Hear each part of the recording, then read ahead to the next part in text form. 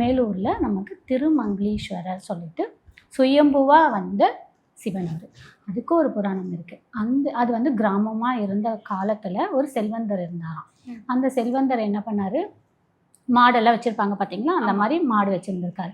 அந்த மாடு வந்து புல்லை போய் மேய போகும்போது ஒரு இடத்துல மட்டும் அதுவே தானாக பால் சுரந்துட்டே இருந்திருக்கு. பால் தானாக சுரந்துட்டே இருக்கும்போது அது வந்து ஆக்சுவலாக புத்து. அதுலேருந்து பாம்பு வந்து அந்த பால் குடிச்சிட்டே இருந்திருக்கு. இதை வந்து அந்த பக்கமாக போன ஒருத்தவங்க பார்த்துட்டு, என்னடா இது அதிசயமாக இருக்குது, யாருமே பால் பீய்ச்சவே இல்லையே, தானாக அது பாட்டு பால் சுரந்துட்டே இருக்கே, என்ன அதிசயம்னு சொல்லி ஊரில் இருக்க மக்கள் எல்லாம் போய் கூட்டிகிட்டு வந்திருக்காங்க. கூட்டிகிட்டு வந்து பார்க்கும்போது என்னாச்சு, பார்த்துட்டு அந்த மாடை விலைக்கு பார்த்தாக்கா அந்த இடத்துல ஒரு புத்து இருந்திருக்கு. அந்த புத்து அப்படியே சுயம்பு லிங்கமாக மாறிடுச்சு.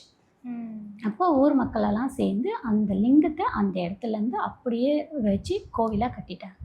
அதுதான் சுயம்புவாக வந்து லிங்கம் அவர். அப்போது அந்த ஊர் அந்த வசதி படைத்த பெரியவர் இருக்கார் பார்த்தீங்கன்னா, அவர் என்ன பண்ணார், நமக்கு வெறும் லிங்கம் மட்டும் இருக்கே, தாயாரும் வேணும் அப்படின்றதுக்காக ஒரு சிற்பியை கூப்பிட்டு, எனக்கு தாயாரை நீங்கள் செதுக்கி கொடுங்க அப்படின்னு சொல்லி கேட்டிருக்காரு. அந்த சிற்பியை என்ன பண்ணார், நான் செதுக்கிறேன்னு சொல்லிட்டு அவர் போய் காடு மலையெல்லாம் தேடி கல் எடுத்துகிட்டு வரணும்ல, நல்ல கல்லாக ஒரே கல்லாக எடுத்துகிட்டு வந்து செதுக்கணும்னு சொல்லிட்டு அவர் போயிருக்கார்.